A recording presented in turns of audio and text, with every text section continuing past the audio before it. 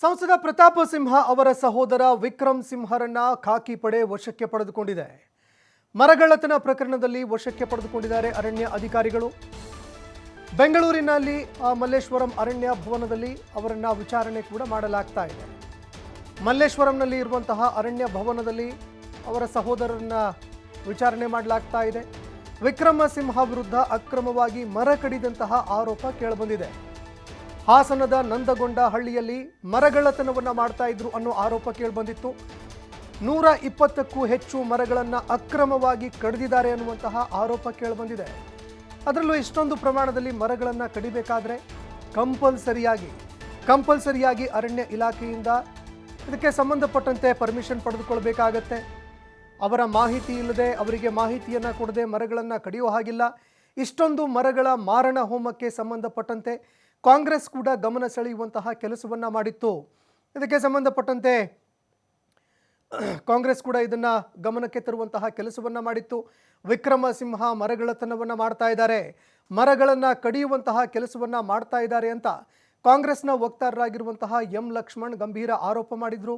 ಇದಕ್ಕೆ ಸಂಬಂಧಪಟ್ಟಂತೆ ಯಾವ ಕಾರಣಕ್ಕಾಗಿ ಇಲಾಖೆ ಇವರ ವಿರುದ್ಧ ಕ್ರಮ ಕೈಗೊಳ್ತಾ ಇಲ್ಲ, ಪ್ರತಾಪ ಸಿಂಹ ಇದಕ್ಕೆ ಸಂಬಂಧಪಟ್ಟಂತೆ ಯಾಕೆ ಉತ್ತರವನ್ನು ಕೊಡ್ತಾ ಇಲ್ಲ ಅಂತ ಅವರ ಮೌನವನ್ನು ಕೂಡ ಅವರು ಪ್ರಶ್ನೆ ಮಾಡಿದರು.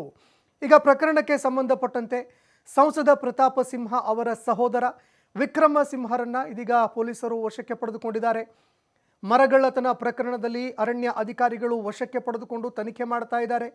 ಬೆಂಗಳೂರಿನಲ್ಲಿ ಇರುವಂತಹ ಮಲ್ಲೇಶ್ವರಂನ ಅರಣ್ಯ ಭವನದಲ್ಲಿ ವಿಕ್ರಮ್ ಸಿಂಹರನ್ನ ವಿಚಾರಣೆ ಮಾಡಲಾಗ್ತಾ ಇದೆ. ಈ ಬಗ್ಗೆ ಮತ್ತಷ್ಟು ಮಾಹಿತಿ ಕೊಡ್ತಾ ಹೋಗ್ತಾರೆ ಪ್ರತಿನಿಧಿ ಶಿವಕುಮಾರ್ ಜೋಹಳ್ಳಿ ಫೋನ್ ಸಂಪರ್ಕದಲ್ಲಿ ಜಾಯ್ನ್ ಆಗಿದ್ದಾರೆ.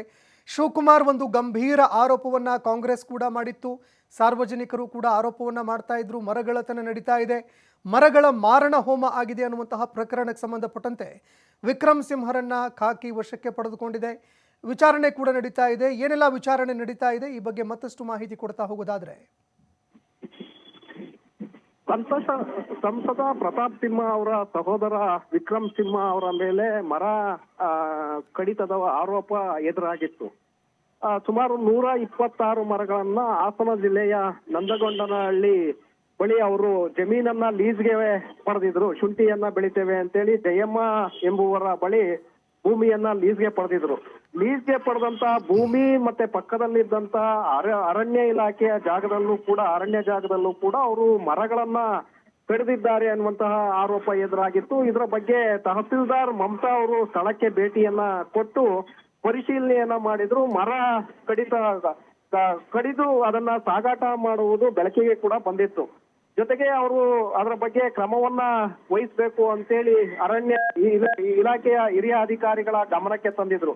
ಆ ಹಿನ್ನೆಲೆಯಲ್ಲಿ ಪ್ರಭುಗೌಡ ಅವರ ತಂಡ, ಹಾಸನದ ಅರಣ್ಯಾಧಿಕಾರಿಯಾಗಿರುವಂತ ಪ್ರಭುಗೌಡ ಅವರ ತಂಡ ವಿಕ್ರಮ್ ಸಿಂಹ ಅವರ ಹಿಂದೆ ಬಿದ್ದಿತ್ತು. ಆದ್ರೆ ಹಾಸನದಲ್ಲಿ ವಿಕ್ರಮ್ ಸಿಂಹ ಅವರು ತಲೆಮರೆಸಿಕೊಂಡಿದ್ರು. ಬೆಂಗಳೂರಿನಲ್ಲಿ ಅವರು ವಾಸ್ತವ್ಯವನ್ನ ಬದಲಾಯಿಸಿ ಇಲ್ಲಿ ಓಡಾಡ್ತಾ ಇದ್ದಾರೆ ಅನ್ನುವಂತಹ ಅನುಮಾನದ ಮೇಲೆ ಅವರು ಬೆಂಗಳೂರಿಗೆ ಆ ಟೀಮ್ ಎಂಟ್ರಿ ಆಗಿತ್ತು. ಕಳೆದ 3-4 ದಿನಗಳಿಂದಲೂ ಕೂಡ ಬೆಂಗಳೂರಿನಲ್ಲಿ ವಿಕ್ರಮ್ ಸಿಂಹ ಅವರನ್ನ ತಲಾಶ್ ಮಾಡುವಂತ ಒಂದು ಪ್ರಯತ್ನವನ್ನ ಟೀಮ್ ಮಾಡಿತ್ತು. ಸ್ಥಳೀಯ ಪೊಲೀಸ್ ಅಧಿಕಾರಿಗಳ ಒಂದು ನೆರವನ್ನು ಕೂಡ ಅರಣ್ಯಾಧಿಕಾರಿಗಳ ಟೀಮ್ ಪಡೆದಿತ್ತು.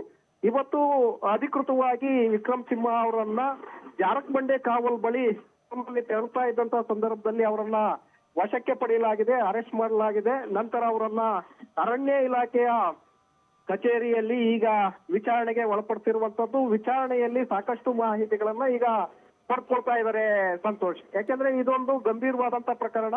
ಅರಣ್ಯ ಇಲಾಖೆಯ ಸುಪರ್ದಿಗೆ ಬರುವಂತಹ ಜಾಗದಲ್ಲಿ ಅಕ್ರಮ ಮರಗಳನ್ನ, ದೊಡ್ಡ ಮರಗಳನ್ನ ಕಡಿದು ಸಾಗಾಟ ಮಾಡ್ತಾ ಇದ್ದ ಆರೋಪ ಅವರ ಮೇಲಿತ್ತು.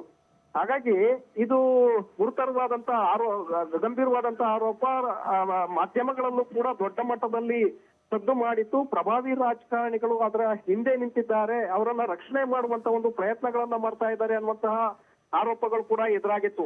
ಆ ಹಿನ್ನೆಲೆಯಲ್ಲಿ ಸರ್ಕಾರ ಅವರನ್ನ ವಶಕ್ಕೆ ಪಡೆದು ವಿಚಾರಣೆಗೊಳಪಡಿಸುವಂತೆ ಸೂಚನೆಯನ್ನ ಕೊಟ್ಟಿತ್ತು. ಅದರ ಆಧಾರದ ಮೇಲೆ ಅರಣ್ಯ ಇಲಾಖೆಯ ಅಧಿಕಾರಿಗಳು ಬೆಂಗಳೂರಿನಲ್ಲಿ ತಾಂಡ ಹೂಡಿ ಈಗ ಅಂತಿಮವಾಗಿ ಅವರನ್ನ ವಶಕ್ಕೆ ಪಡೆದು ವಿಚಾರಣೆಗೆ ಒಳಪಡಿಸಿರುವಂತದ್ದು. ಸಂತೋಷ್, ಧನ್ಯವಾದಗಳು ಶಿವಕುಮಾರ್ ನಿಮ್ಮೆಲ್ಲ ಮಾಹಿತಿಗೆ.